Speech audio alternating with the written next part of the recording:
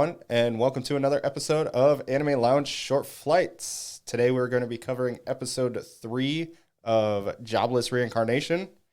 We've got the anime show with us. Thank you for joining us on this episode. Always. Glad you're joining us, and can't wait to talk about this episode. Same Kind of here. want to let us know what happened real fast? Oh yeah, for sure. So we start off with Rudy is still kind of glooming around. Starts off with him taking another job. Just looks like he's clearing out some snow and goes through and does his little magic to the little shrine or whatever the little pillar was at the beginning. And then you see him go back towards his inn, and you see Sarah outside. And she goes ahead and asks him, "Hey, you want to join in on a mission with us?"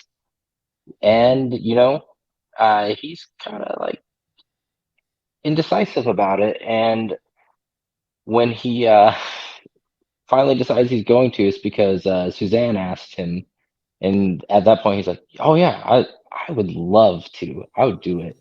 And they go in, and the job they decide to take on is to collect snowdrake scales. And they kind of back that a little bit prior to him taking that job for clearing the snow. He does see, I can't remember the adventurer's name, but the blonde haired adventurer saying that they're going to take out the snowdrake, uh, the abundance of snowdrakes in one of the caverns.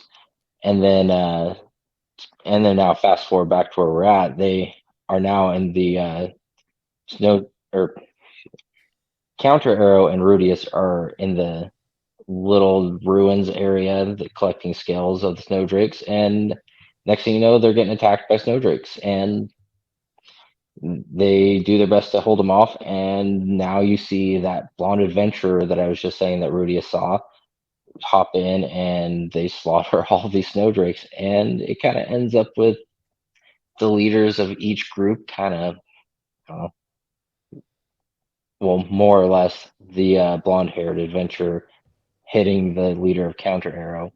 And I don't know. It was kind of interesting. They kind of ended up solving a little bit of what was going on there right away, and then next time we see them going to celebrate, and Rudius actually joins them on the job well done.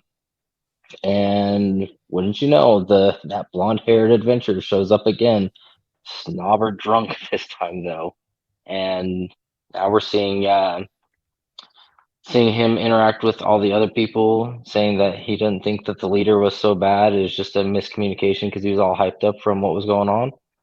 And next thing you know, he starts putting his things right into Rudius and saying how worthless he thought he was. And then kind of cut forward, we get to where Rudius finds out about Sarah going missing, and was it Mimir passing and dying. And then as soon as Rudius hears that, he immediately is like, "All right, I'm out. I'm gonna go save Sarah."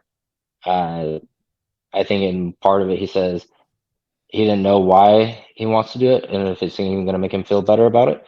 But he decides he's gonna do it his way, and that's what he thinks is really gonna help. And you know what? He goes out there. I don't know what the monsters were. The big can looked like uh, bulls or oars with those big old horns, piercing white fur, and he just kind of slaughters them with his earth magic. That was pretty good. And then he gets attacked by, I don't know, was it a tree monster or something like that? And he sees Sarah wrapped up inside of her, the tree monster, and he goes after her, does a little fire spell, burns away all the stuff around her, gets her, and jumps into the lake or river, whatever it was next to them, just to get away. They get away.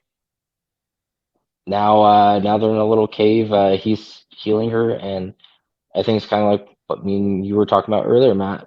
They there was definitely a moment for there to be some perviness because of how we know Rudius is, and it shows just how much he really matured because he didn't do that at all. Um, he healed her and got her back to town safely. And Counter Arrow was very, very happy to see her back safe. And he also did bring back the remains of Mimir for them as well. So, all in all, it was a really good episode, and hope everyone else enjoyed it too. What are your thoughts on it? Yeah, I would agree. This episode was good. I enjoyed the personal growth we got to see. We saw that Rudy talked more about how, maybe I needed this to help push myself forward, more growth. He's kind of getting over, I wouldn't say getting over Eris, but just kind of moving on with the Hmm. suffering that he's had. So that was really good to see. Like you said, he's finally actually participating in these post mission celebrations. Oh yeah, And then, of course, you see more perviness by Rudius, which we just talked about how he has growth in that manner. And then we see him praying to his shrine because the holy relic is inside of it. And you're just like, and I'm glad nobody's around watching this because it'd be an awkward conversation. yeah, exactly. All in all, really good episode. I think it just adds more to the story and kind of gets us on a positive path, seeing him get better off with all his stuff, and he's really growing. It's really, really nice to see. Makes me more excited to see what's going to happen throughout the rest of this.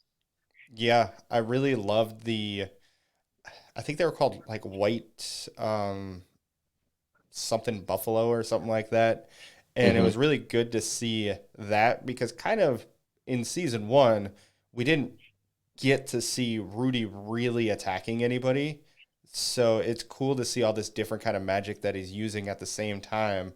Like that Hmm. whole little ball that just spouted into all these spikes. Yeah. Oh yeah, that was really cool. They definitely, I this is one thing I feel I noticed throughout it. There was times where the quality of the animation was really good, like in that moment that you're talking with the ball, the spike, and everything. But then like there's other times where they're at the bar and you're almost kind of like, what happened? It looks so good. Just to critique the animators a little bit, but overall, really good episode. And yeah. Yeah, I completely agree. I will say the story is what captivates me. The animation, while super good in season one, the animation wasn't what really brought me into this show. It was the Yeah. story, and the story is still like A plus tier type story. No, I definitely agree. 100% agree with that. I had to point something out that was kind of a flaw for it. So, Yeah, and I mean, if you want to talk about just kind of something it feels a little slow. I think the story building's important, but some people are gonna be like, no, mhm. this is really we need 3 episodes of just slight personal growth with a little bit of backtracking. No, that's not necessary. So I Yeah, can understand people's complaints with season two if there were any. yeah. Now, hopefully everyone's still watching. Hopefully everybody's still enjoying. Now, along with that, please like and subscribe us. We're on YouTube, Facebook. You can follow the Anime Lounge podcast anywhere that you can listen to podcasts. Just make sure you hit that like and follow button. Continue to see all the news and memes that's coming on the anime show. And I hope everyone else just keeps enjoying Mushoku Tensei with us. And yeah, I think it's a good season, and I can't wait to see more. Yeah, I can't wait. Have a good one, everyone.